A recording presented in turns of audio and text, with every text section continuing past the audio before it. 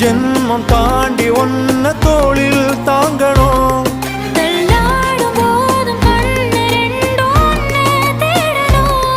உயிர் விட்டு போகும் அந்த நொடியில் ஓருவம் முன்னால் வரணும்.